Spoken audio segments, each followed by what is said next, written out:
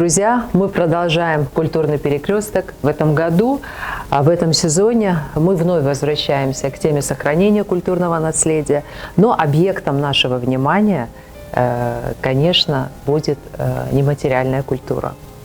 И, конечно, очень интересно, что этот разговор состоится на территории Сухумской крепости, которая само по себе является как бы древнейшим памятником, и, скорее всего, все, что связано с музыкальной культурой и с оружейным искусством, оно формировалось и тут тоже. И мне очень интересно посмотреть, как они сегодня соприкасаются, вот, музыка и вот оружие. Поэтому сегодня наши гости – это председатель Союза оружейников Абхазии и руководитель Государственного оркестра народных инструментов имени Атара Хунцаря. Это две организации, которые были созданы в последние годы, и им очень многое удалось сделать. Поговорим с ними. Поговорим.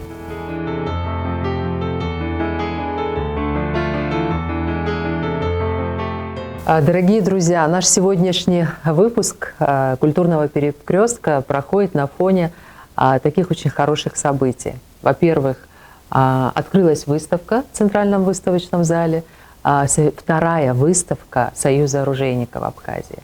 И со съемок вернулся наш коллектив, Государственный оркестр народных инструментов имени Атара Хунцаря. Мы много говорим о сохранении наследия, и каждый из нас представляет, как это можно сделать на законодательном уровне, на уровне каких-то творческих инициатив. И я сейчас хочу представить наших гостей, которым удалось за последние годы, на мой взгляд, сделать какой-то очень важный рывок в своем направлении для того, чтобы сохранить, приумножить и развивать. Тимур Дзидзаря, председатель Союза оружейников Абхазии, лауреат Государственной премии имени Гулия, участник многих выставок в Абхазии, в других городах и странах, которому действительно за последние годы вместе с коллегами удалось очень многое сделать. И руководитель Государственного оркестра народных инструментов имени Атара Хунцаря Денис Аруха. Мы рады приветствовать вас. Ну, может быть, я вот первый вопрос, Тимур, задал бы тебе такой. Скажи мне, пожалуйста, чем вызвано вот последнее, скажем, вот, насколько я понимаю, десятилетие, такой бум, интерес к возобновлению традиции там, изготовления оружия? Потому что в социальных сетях, везде я вижу, люди все время фотографируют. С чем это было связано? Было ли это раньше? Почему именно сейчас? Почему именно ты? И кто вы? Я, насколько знаю, есть союз оружейников, там много людей и как бы разные уровни. И хотелось бы как-то вот в двух словах узнать об этом. Прежде всего, мне видится возобновление интереса к традиционной культуре нашей Абхазии, конкретно сейчас, о чем мы говорим, к оружию. Интерес к оружию у нашего народа всегда присутствует, и он всегда есть. Были определенные времена, когда этим так масштабно никто не занимался. Были единицы люди, которые этим занимались, и как бы особо это и не афишировали. Были такие периоды. Но после войны была создана большая мастерская НАР, которая тогда находилась в районе Маяка, где были собраны многие художники, скульпторы. Владислав Григорьевич Чарзенба тогда поддержал это дело, выделил определенную сумму на то, чтобы создать там мастерские. Вот когда там создавались мастерские, была создана и кузня. Вот с того периода я работаю в этом направлении. Да, как ты сказал, Батал, вначале такого особого интереса не было, но вот последние лет 10 выросло молодое поколение, которое интересуется своей культурой, своей историей. И они потихоньку начали изучать, вначале изучать все это дело. Я периодически наблюдал в интернете их высказывания, их посты, их интерес. Так потихоньку, наблюдая за ними, они, естественно, тоже знакомы были с моими работами, с работами Батала Джопа, с работами Элизбара Какава. Первая наша выставка, которая была оружие. И в итоге инициатива была, можно сказать так, с обеих сторон, и с моей стороны, и со стороны ребят, которые начали этим заниматься. Мы встретились и обсудили те вопросы, которые их беспокоят, которые меня беспокоят. И в конечном итоге был создан Союз оружейников Абхазии. Тимур, сколько сегодня состоит в Союзе оружейников Абхазии? На сегодняшний день в Союзе оружейников 20 человек. Так, если разбить эту группу, там у нас среди нас ученые, художники, профессиональные кузнецы, оружейники есть, которые, увидев, что был создан такой союз, некоторые люди тоже изъявили желание, которые как бы в молодости мечтали заниматься оружием, они тоже изъявили желание вступить в этот союз и постепенно изучают то, чем мы занимаемся, и в дальнейшем, чтобы тоже выставляться вместе с нами. Такое не только, скажем, кузнецы и оружейники. Вот, как я выше сказал, и ученые есть, и любители, и профессиональные мастера. У меня просто такой вопрос. Мне интересно, а насколько ну ты сказал, что там у вас и ученые, и художники, Да. мне вот сейчас понятно становится. А насколько вы изучаете древнюю практику изготовления оружия, вот в вашей работе есть что-нибудь, что можно сказать, что вот эта практика была присуща именно традиционно абхазам при изготовлении того или иного оружия? Есть, конечно, безусловно, есть. Это И описана ли она? Технология описана очень в небольшом количестве. Сложно найти материалы, но когда мы делали первую выставку в 2000 году, тогда нашей задачей было, основываясь на археологическом материале, воссоздать и реконструировать именно абхазское оружие. И тогда мы в тесной связи с Олегом Хохотовичем Бгашба, с другими учеными, с сотрудниками музея, изучали все эти археологические материалы, и на тот период, исходя из наших возможностей, что мы могли сделать, сделали. После этого, конечно, это на месте не остановилось, и сейчас тоже мы изучаем наше оружие, восстанавливаем.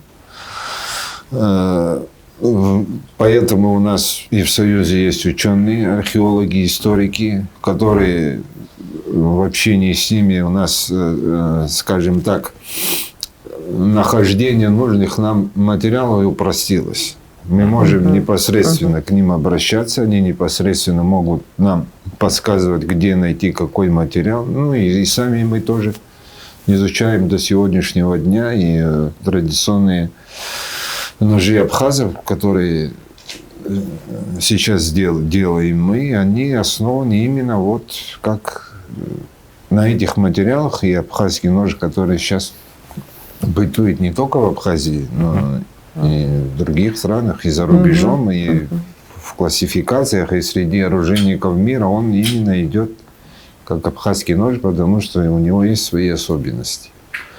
Что касается другого оружия, вот здесь ученые, историки и мы, в дальнейшем это, я думаю, будет наша основная задача,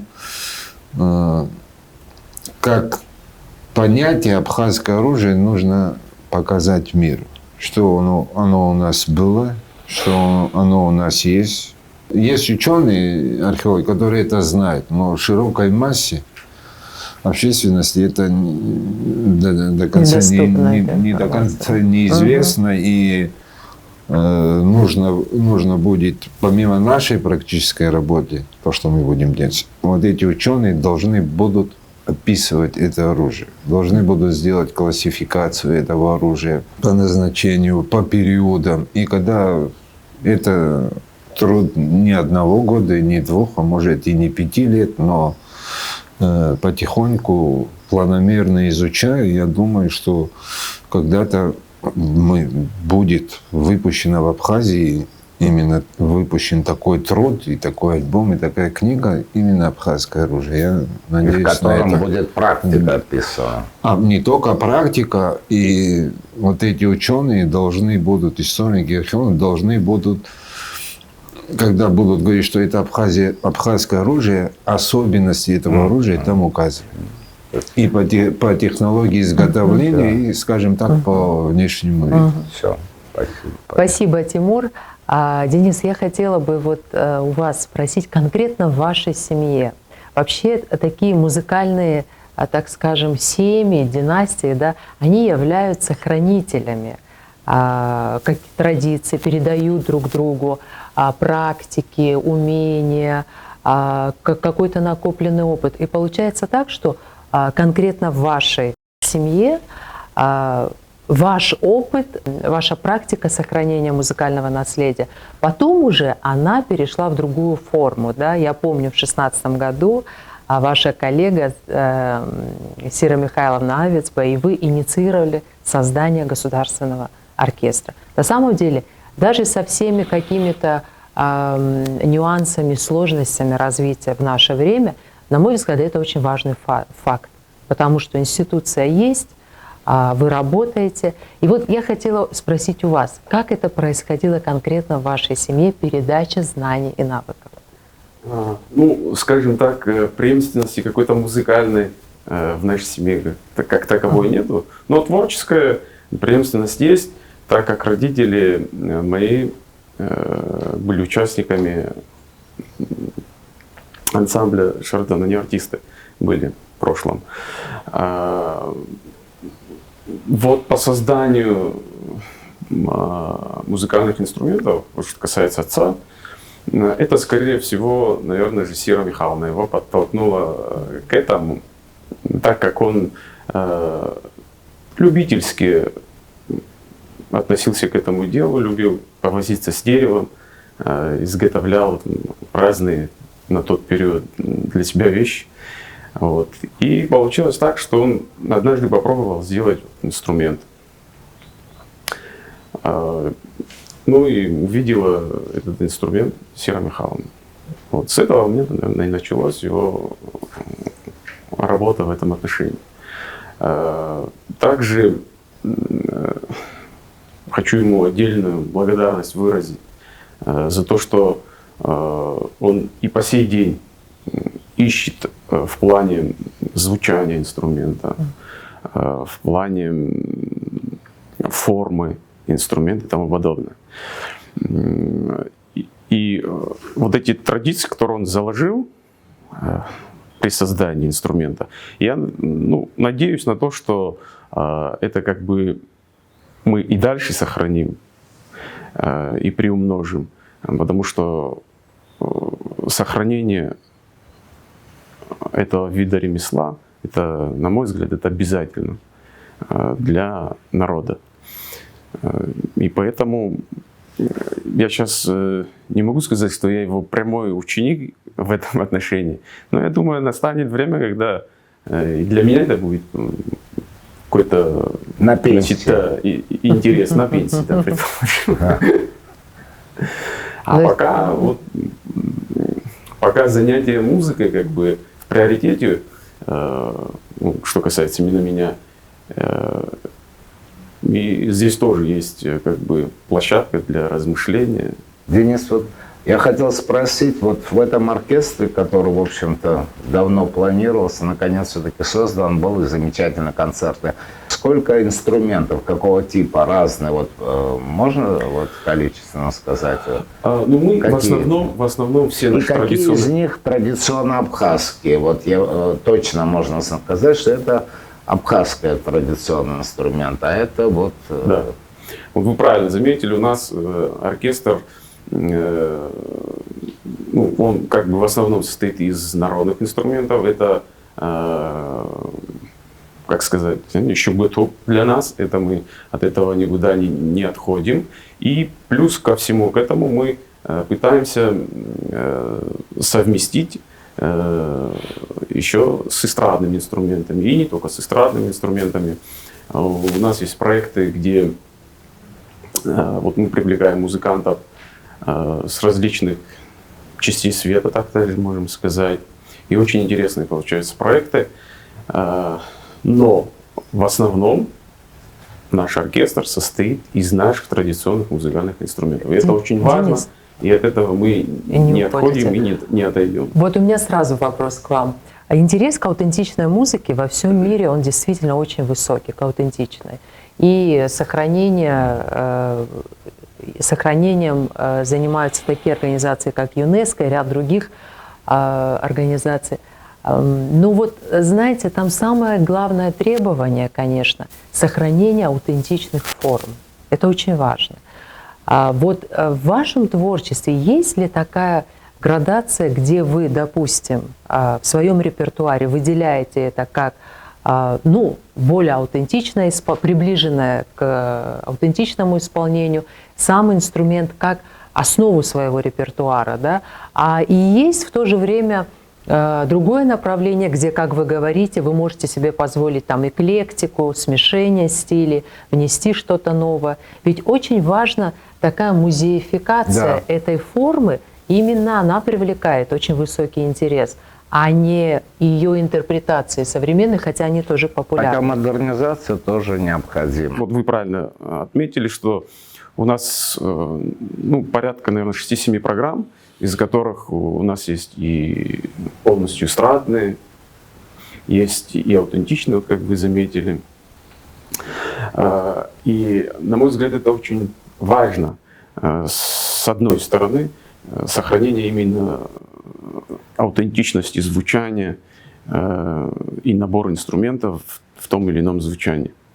Но наряду с этим хочется сказать, что сегодня мы все видим, что происходит в мире, что очень много всего и разного. И мы не можем человека заставить слушать то или иное, или заставить смотреть, предположим, определенный фильм, предположим, или определенную музыку. Потому что ну, сфера конкурентная, куда от этого деться, поэтому как бы приходится находиться, как говорится, в тренде. И поэтому и делаем мы не так, скажем, не так грубо это, сохраняя основой нашу традицию, нашу гармонию, ставя во главу наши инструменты.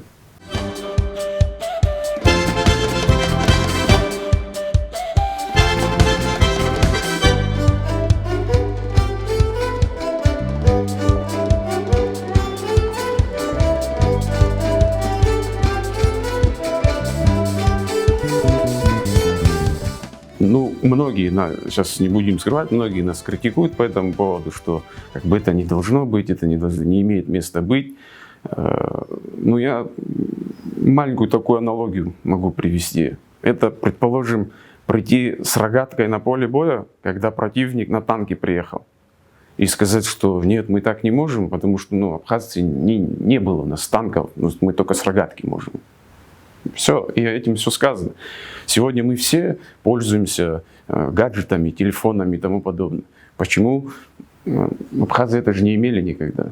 Но тем не менее мы это как бы пользуемся этим. То же самое в музыке. Сегодня надо понимать, что если ты останешься, вот, не будешь развивать свое творчество, свою музыку в разных направлениях, то придется все время в конце вагона где-то находиться. Поэтому стараемся быть, как говорится, в тренде, стараемся быть Ну, это-то понятно, но мне кажется, тут вопрос идет немножко о другом. Естественно, надо развиваться, естественно, модернизировать музыку, естественно, делать популярными народные мелодии, но речь идет о том, есть у вас в программе 1, 2, 3 композиции, которые, можно сказать, они аутентичные, они именно народные, непонятно, когда вот возникла эта мелодия, и играются именно на тех инструментах, которые применялись в тот период.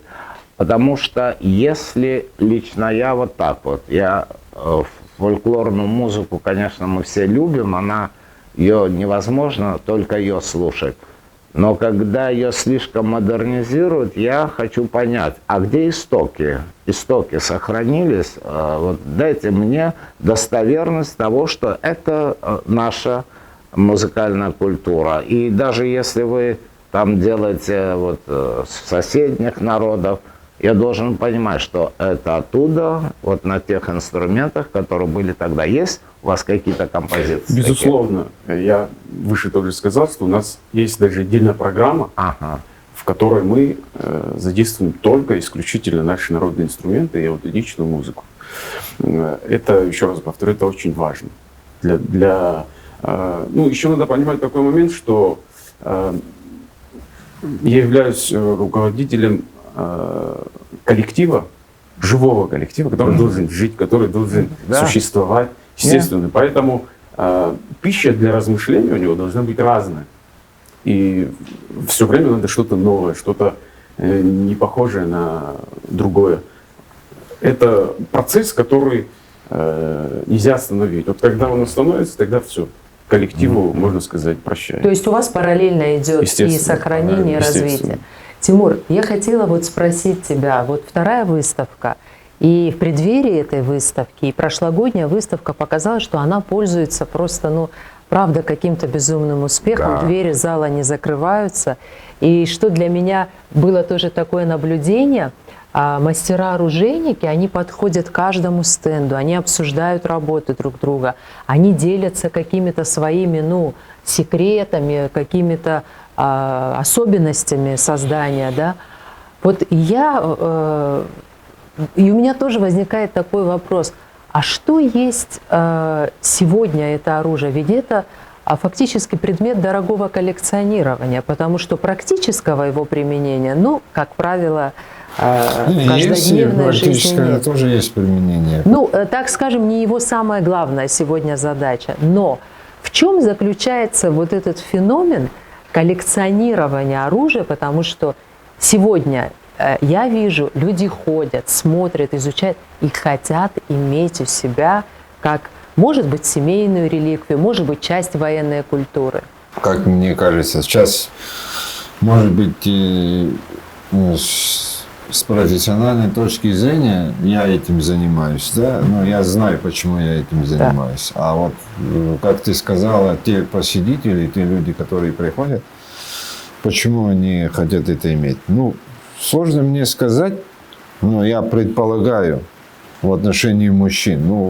Ну, мужчина и оружие – это как бы одно и то же вот, в нашей культуре. В нашей культуре это одно и то. Мужчина, значит, оружие. Я думаю, вот в этом такой интерес. У мужчин особенно. Потому что ну, вот мы же ходим все на свадьбы. Сейчас, правда, большинство свадеб проводится в залах таких. А когда проводится в селе или там на открытой площадке, те, которые готовятся к свадьбе, и те гости, которые приходят, там, люди пожилого возраста, и те люди, которые обслуживают эту свадьбу, они, вот мы видим, у каждого из них там нож на боку. Нож на боку не из-за того, что вот посмотрите, у меня нож, а он функционален на этом мероприятии. Он может его всегда там использовать и в приготовлении еды, и во время застолья может там поделиться этим ножом, там, кому-то передать. Там. Все мы это знаем. И люди хотят иметь нож. Вот у меня, например, в машине всегда какой-то нож Тимур, присутствует. хорошо, Не из-за нож. того, что вот нож я хочу. Он функционален тоже. И ты не знаешь, когда он тебе понадобится. Хорошо нож, но если речь заходит о кинжалах, сабле, Кинжал это часть национальной одежды. Вот. Одежда, да, Вот тоже да. сейчас сложно представить Абхаза или другого, или другие народы, например, адыгов, которые будут черкесские и будут без кинжала. Это, это неотъемлемая часть, это костюм неполный. Вот я бы хотел бы продолжить то, о чем ты говоришь, и вот вам двоим задать вопрос. А почему вы этим занимаетесь? Ну, я понимаю, что есть как бы научный дискурс, то есть это исследуется, есть исторический дискурс, там археология, все такое. Есть практики, которые передаются из поколения в поколение, и мелодии в том числе. Но насколько важно то, чем вы занимаетесь для духовности нашей, для нашей идентичности, то есть она у нас есть, но укрепление нашей идентичности, когда появляются новые инструменты доказания нашей необычности. Вот как вы думаете, вот то, чем вы занимаетесь, почему именно вы, и что это может, как это может изменить в лучшую сторону? Я думаю, что в лучшую сторону нашу жизнь, наш как бы облик в глазах окружающих. Я, занимаясь этим делом, я не только стою у горна, у огня и у наковальни. Но перед тем, как сделать какой-то предмет или какое-то оружие, надо изучить, что ты делаешь, для каких целей ты делаешь, для кого ты делаешь. Вот это тоже важно. Потом те материалы, которые ты используешь, их тоже надо изучить. Как их тогда делали, почему так делали, почему такой размер, почему такой цвет. И все это связано с историей, с культурой, с некими традициями. Это один момент. Второй момент, вот как если мы выходим в мир куда-то, мы в мир можем выйти с современной эстрады и петь на английском языке. Скажет, вот очередной там певец или очередной оркестр, вот они исполняют там. Но кто вы, спросит, кто вы? Мы вот с Абхазии, мы Абхазия, да. Хорошо, молодцы. А вы свое можете что-то нам представить? Свою культуру можете представить? Хоть ты 10 раз очень хорошо спой ту песню на иностранном языке, но это будет для них, не совсем так. Не так тебя будут воспринимать.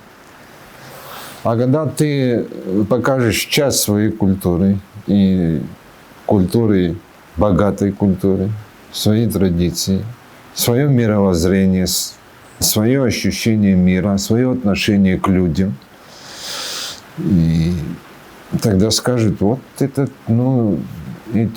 народ, эти люди, оказывается, у них не только у нас культура. Мой-то вопрос, совершенно согласен с тобой, но когда ты говоришь, что это часть нашей культуры, вот когда человек выписывается после долгой болезни из больницы, делают эпикриз. Что с ним было и что будет?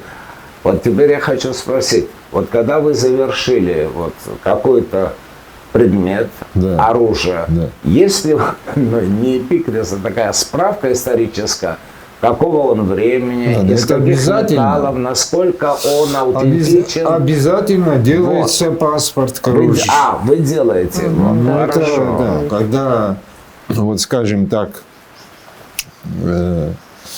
желающие, которые заказывают, мы у них спрашиваем, вам нужен будет паспорт, описание предмета, как это сделано. Если люди говорят, да, нам нужен обязательно, мы хотим знать, так мы создаем паспорт, материалы, из чего сделано, Всё. Технология. к какому периоду относится конкретно это оружие. Всё. Это такой паспорт этого оружия.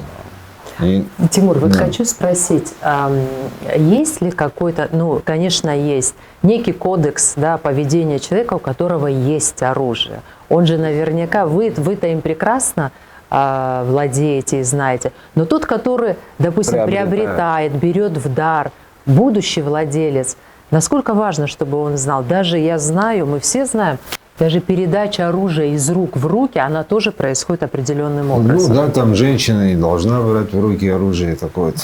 Ну вот, например, если у меня дома какое-то оружие, если она его возьмет, там, грубо говоря, с одного угла в другой угол переставит его, это уже не то. С чем это связано? Связано с культурой ношения оружия. С этим связано. Я знаю,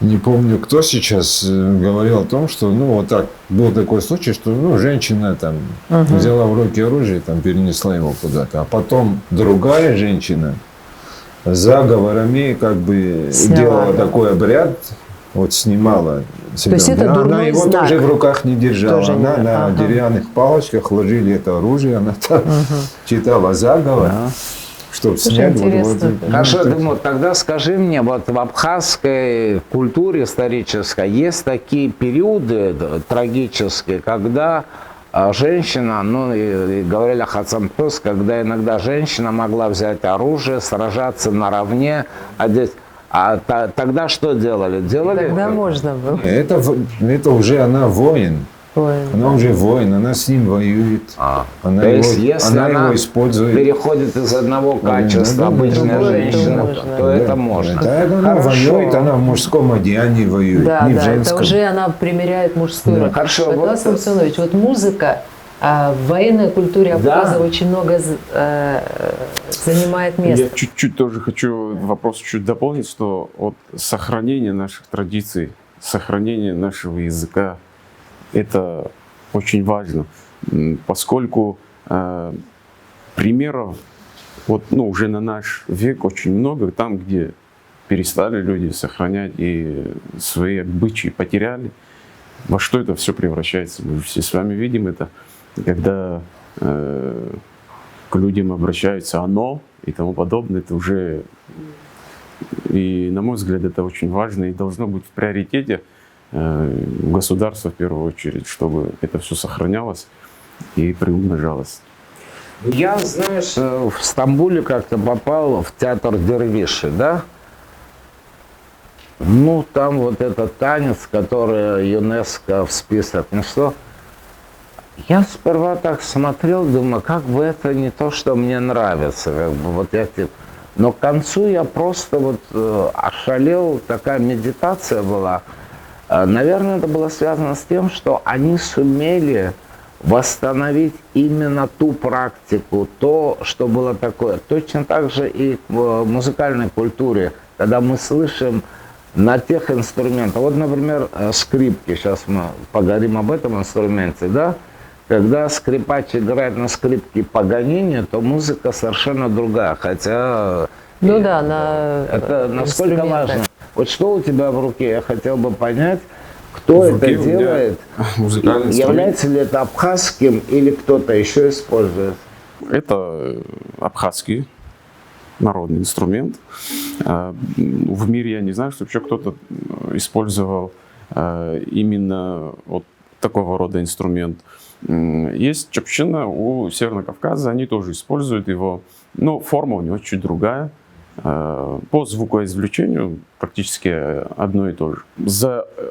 Вот именно конкретно инструмент, за Абхерцу, могу сказать, что даже с музыкальной точки зрения, уже если даже оставить его историческое значение, исторические корни, самый универсальный инструмент для музыканта. Потому что очень подвижный, как отметили, наряду со скрипкой, можно его в один ряд ставить. Потому что, еще момент такой, что его еще не до конца все его возможности раскрыли мы, как музыканты. Денис, одна из глав романа Баграта Шинкова посвящена старику, который играет на этом инструменте и тем самым поднимает дух людей, которые попали в такую страшную трагедию. И эта музыка буквально сопровождает, она проходит лейтмотивом по всей литературной канве романа. Скажи, пожалуйста, вот ее не только музыкальная, но и такая, как бы скажем, такая духовная какая-то составляющая. Сегодня насколько молодежь этим интересуется? Вот в последнее время очень отрадно, что молодежь действительно, вот как Тимур тоже отметил, что отрадно, что интересуется своими корнями, своими традиционными ценностями. Ну, это не только музыка, не только инструменты, а вот как отметили, все в целом. И интерес к народным инструментам также не прошел мимо. Хочу отметить, что вот в коллективе у меня в основном ребята молодые, все в основном молодежь. Очень радует. Инструмент на самом деле, как вы отметили, это наш стержень, это дух народа, можно так сказать. Очень много же заключено в звуке для абхазцев, которые слушают, предположим, возникает очень много, на мой взгляд, вот я по себе так сужу, очень много мыслей, очень много впечатлений от звучания инструмента. И по-другому, наверное, не может быть, потому что это у нас уже в крови. И, как говорится, музыка и лечит, и наталкивает на то, чтобы... А плохая музыка калечит. Да, плохая музыка калечит. А мог бы ты звук извлечь, чтобы я почувствовать? не специалист в этом отношении, но именно по этому инструменту. Ну, если абхерца здесь, она должна хоть зазвучать немножко. Да.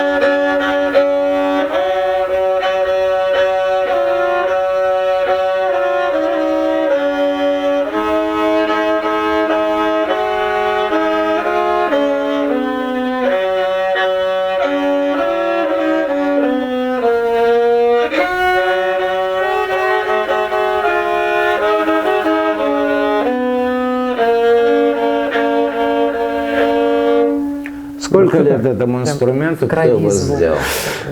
Я хочу вот отметить, что, может быть, в погоне за качеством звука, за исключительностью инструмента, может быть, он не традиционного изготовления. В плане, в том, что вот струны мы видим уже здесь скрипичные стоят, а у нас они были из конского хвоста. Вот.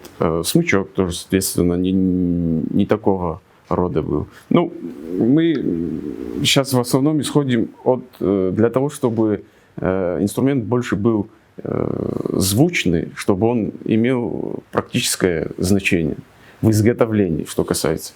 А если исходить из традиционного изготовления его, чуть по-другому он должен и выглядеть должен по-другому. На нем не должно быть лака, на нем не должно быть этих современных красителей и тому подобное. Где можно увидеть традиционный инструмент, выполненный вот по всем тем критериям, которые вы сказали, в музее, Скорее у вас всего, есть да, хранится? в музее. Батал, наверное.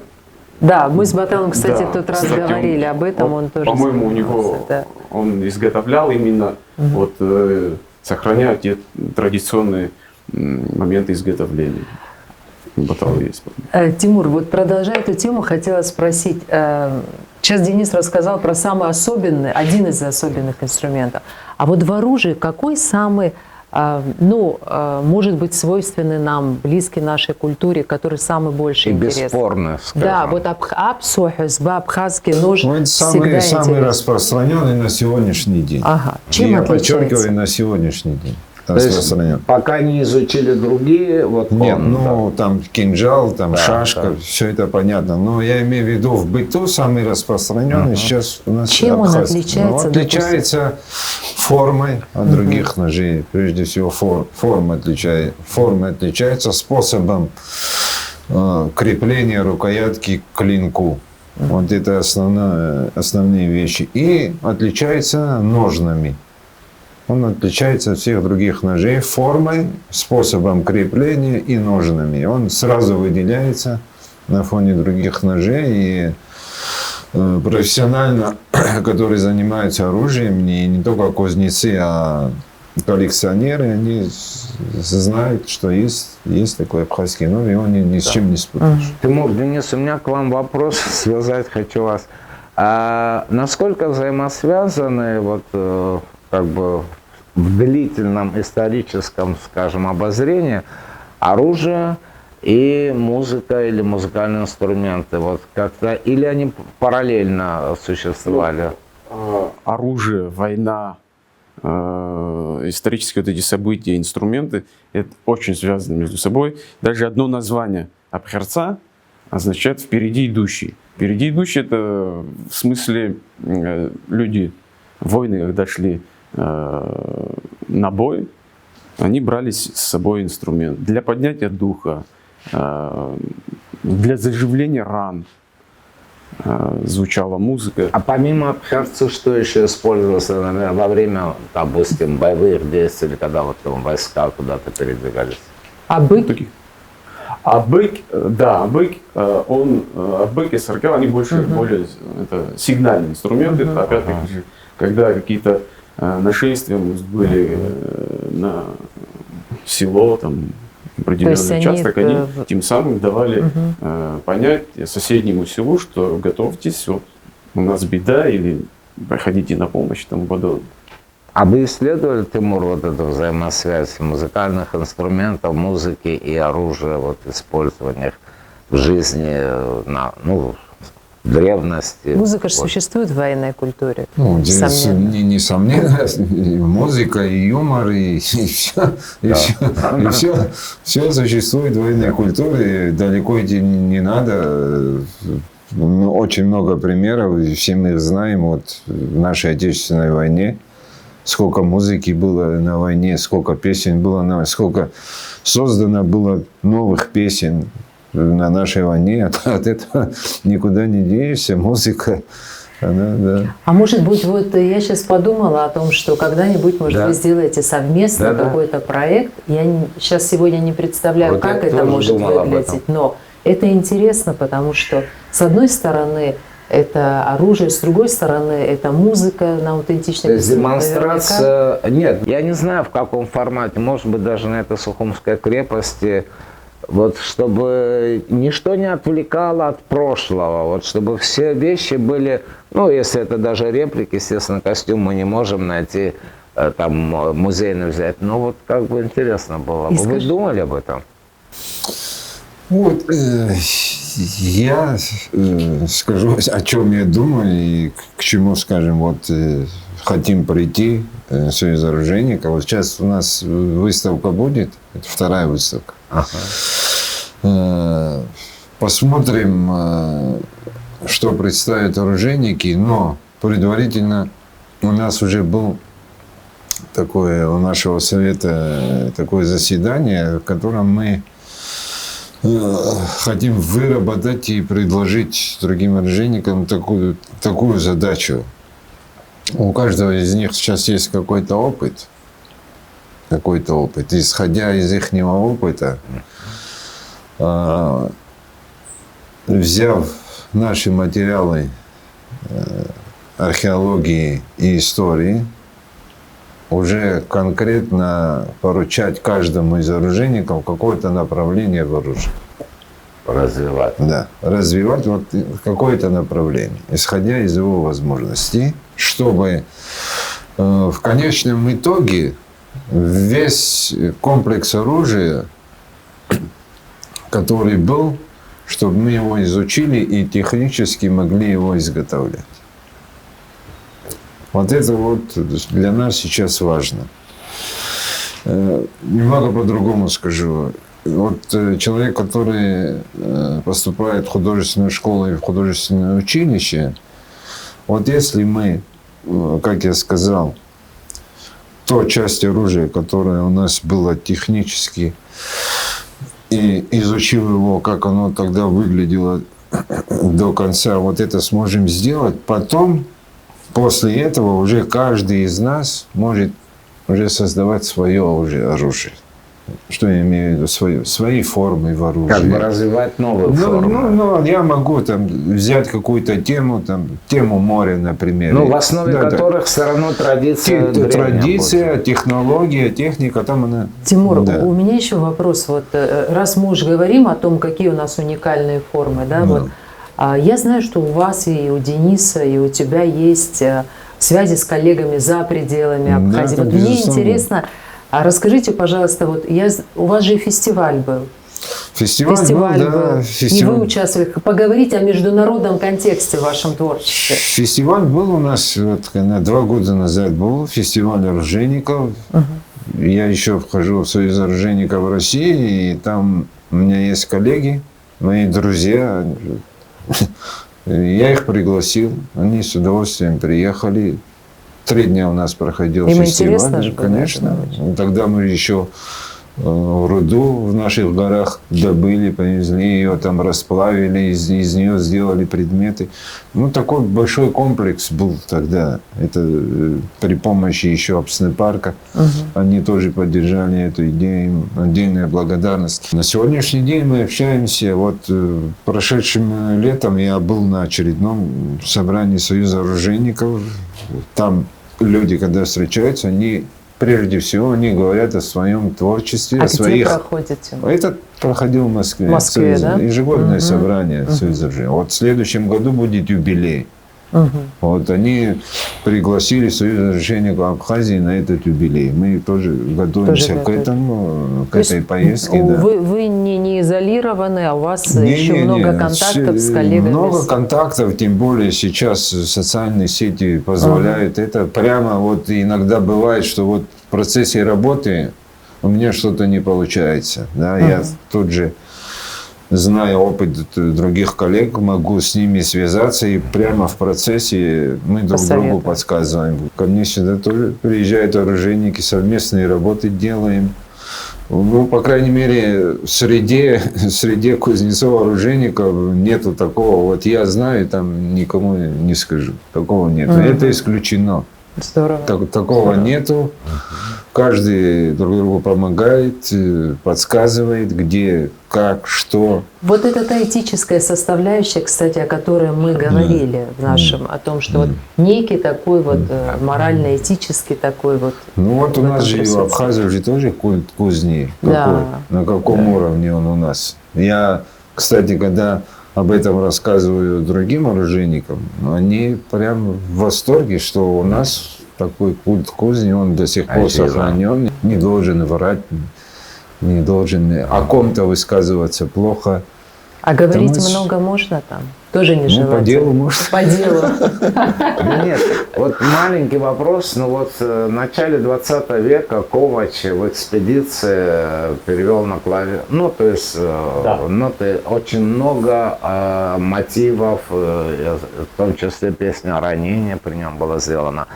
В свое время очень большое исследование делала Хашба и на Хашба. Вообще о музыкальной традиции, об инструментах, и в том числе пение. Ну и другие, Ашхару тоже Аида изучала. Я хочу задать вопрос. Что-нибудь в последнее время происходит? Найдены ли кем-либо? Или бывают экспедиции, какие-то мотивы народные, которые не успел Ковач зафиксировать, или другие? Что-то вы находите? Есть такие экспедиции, вот, ну, случайно вот вам попадается? Что касается народного сказания, грубо говоря, я, если честно, может быть, не осведомлен, но не слышал, если честно. А с другой стороны, оно у нас сегодня есть, тоже не могу сказать, потому что, ну, видим же, что происходит. У нас вообще поющая нация, но получается так, что даже на тех же свадьбах люди перестали петь.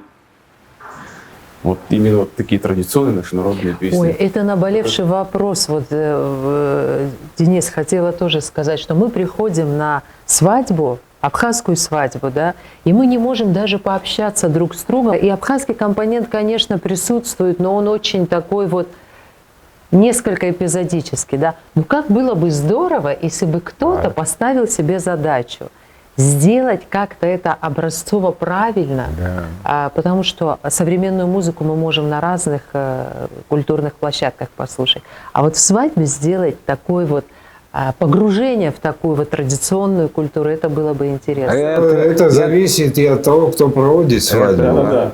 Это в большей части, я с тобой не согласен. Можно Вот это заставить. интересно, давайте поговорим. Можно заставить. Иногда на наших свадьбах те, кто поют, начинают считать себя тамадой и главными на свадьбе.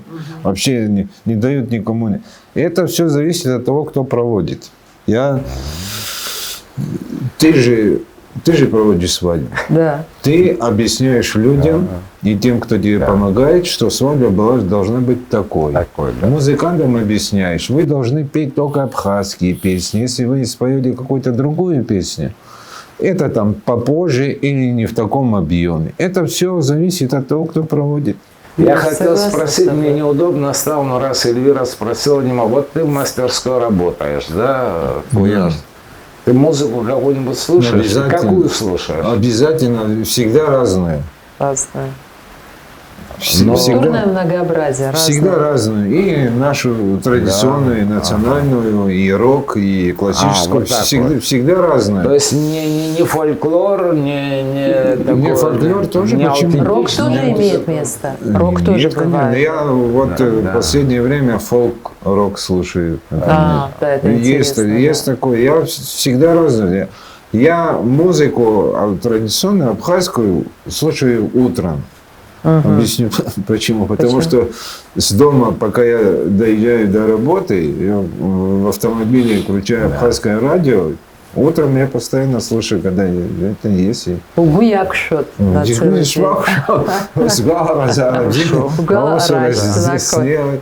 И на работе слушаю много музыки. Иногда даже я там приобрел себе наушники, вообще наушники одеваю. Так работаю. Денис, а вы какую музыку слушаете, кроме своей, с которой вы работаете, это работа? А какая музыка для вас вот? Я вообще, если честно, помимо того, что чем мы занимаемся, и тоже долго тоже не могу слушать. Больше люблю классику. Конечно, это основа основ, и ее надо слушать. Она облагораживает. Да. Но опять-таки же, в силу того, что постоянно в музыке нахожусь, поэтому чаще всего отдыхаю от нее. Понятно. А можно вот все-таки приоткрыть завесу и такую интригу? Расскажите немножко о том, где вы были, откуда вы приехали буквально вчера, и чего нам ждать? Значит, были мы на Донбассе по приглашению Семена Пегова. У него цикл, уже, наверное, традиционно уже получается передач, проект называется «Донбасский квартирник». То есть собираются музыканты, несмотря на то, что вокруг война, что везде, в общем, может в любой момент прилететь, и тем не менее они находят в себе силы сесть, поиграть, доставить друг другу удовольствие, поднять настроение, не унывать. Вот. А в этот раз, он второй раз его уже проводит, позвонил, попросил поприсутствовать, поиграть. И хочется отметить, что мы туда поехали не полным составом, только 4 человека поехали. В силу того, что опасно сейчас весь коллектив вести туда. Поиграли. Мы, там в основном у них филармонические музыканты играли эстрадную музыку. А мы поехали со своим, как всегда. И были там очень удивлены и нашей музыкой, и нашим отношением. В общем, очень приятно. Друзья, большое вам спасибо. Действительно, когда ты приходишь на выставку оружия, ты увидишь целый культурный пласт. Когда ты приходишь на концерт оркестра, ты видишь формы традиционные, музыкальные, которые сохранились сегодня. И тогда кажется, что все хорошо и все может быть, потому что Абхазия не обладает огромным потенциалом в других сферах, да? Но, на мой взгляд, культура является одной из приоритетных задач, и это весьма прагматичная задача сделать ее одной из главных повесток. Я первый раз ухожу с передачи, когда вот не очень доволен, потому что мне хочется еще много вопросов, еще много узнать, и мы решили совместить ведь очень емкие и музыку, и оружие вместе. Но зато я рад, что мы уходим. Вот мне кажется, все-таки родилась какая-то идея, какой-то проект, как совместить музыкальное наследие, оружейное, костюмы и материальную культуру. Вот мы сидим на Сухумской крепости, давайте будем думать, как сделать так, чтобы вот такой был всплеск, где все аутентично, или во всяком случае это настоящее, аутентичное, или это реплики, или восстановленные там костюмы, или оружие, или музыка, очень как бы напоминающий исходный материал. И давайте думать об этом. Я думаю, что это было бы очень интересно людям. Ну, я думаю, здесь думать особо не надо, потому что вот в лице его и в лице Союза оружейников там есть люди, которые уже достигли определенного уровня. Надо все собрать. Им объяснять, что это нужно, не надо. Им говорить, что давайте мы вместе что-то сделаем, подумайте, тоже не нужно, потому что вот сейчас я ему скажу, вот у меня есть там такой-то проект, ты можешь поддержать. Все это будет. Вопрос немного в другом. Это мы говорим, что это нам нужно, а вот другим это нужно. Вот когда других спрашиваешь, вот тогда возникают вопросы. Для нас, тех, кто этим занимается, в этом никакой сложности нет. Нужно. Нужно. Потому Нужно. что другого у них нет.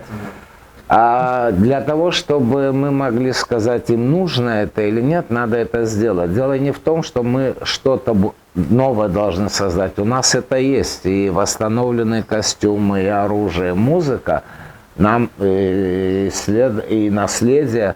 Нам просто это надо в такой форме дать, чтобы та молодежь или люди, которые сегодня не приобщены, пришли в такой эстетический восторг, такое понимание, что вот это часть той культуры, с которой они вышли.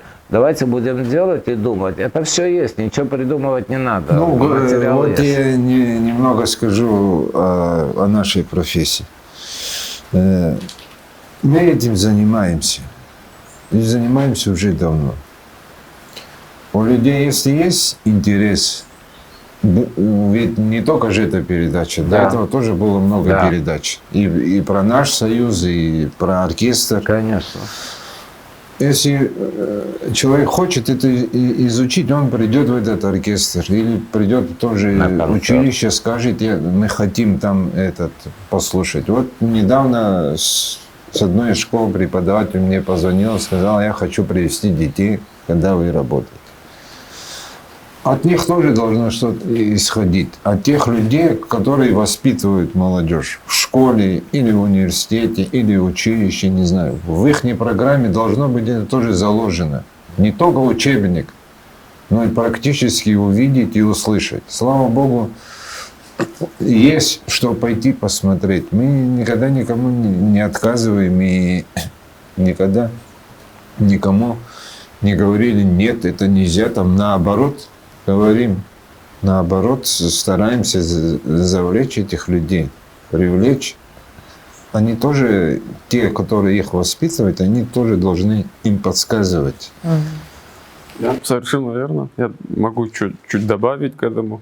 У нас вот, ну, на мой взгляд, это должна быть программа государственная. У нас есть в школах предмет музыка. Почему бы не ввести туда народные инструменты, песни и тому подобное. Много не надо. Из 100 человек 2 выйдут. Это уже для маленькой республики это огромный Музыкальный успех. вкус развиваться. Конечно. В сельских школах площади позволяют, например, урок физкультуры идет, да? Площади позволяют и изучать абсо чурхмар. Позволяют площадь. Да. Почему не вводить это? Ну да. Ну, можно. Ну, поэтому, собственно, мы и встречаемся, чтобы мы об этом говорили, а кое-что и делали. Действительно, ваш труд, он каждодневного, требует каждодневной отдачи. Потому что когда хорошее настроение, когда плохое, когда располагает обстоятельства, когда нет, но только труд ежедневный и вот это непреодолимое желание заниматься тем, чем вы занимаетесь, оно и есть основа. А все, о чем мы говорим, проекты, концерты и выставки, это уже результаты. Поэтому мы желаем вам сил, энергии и до встречи на очередных выставках и концертах. Все. Удачи.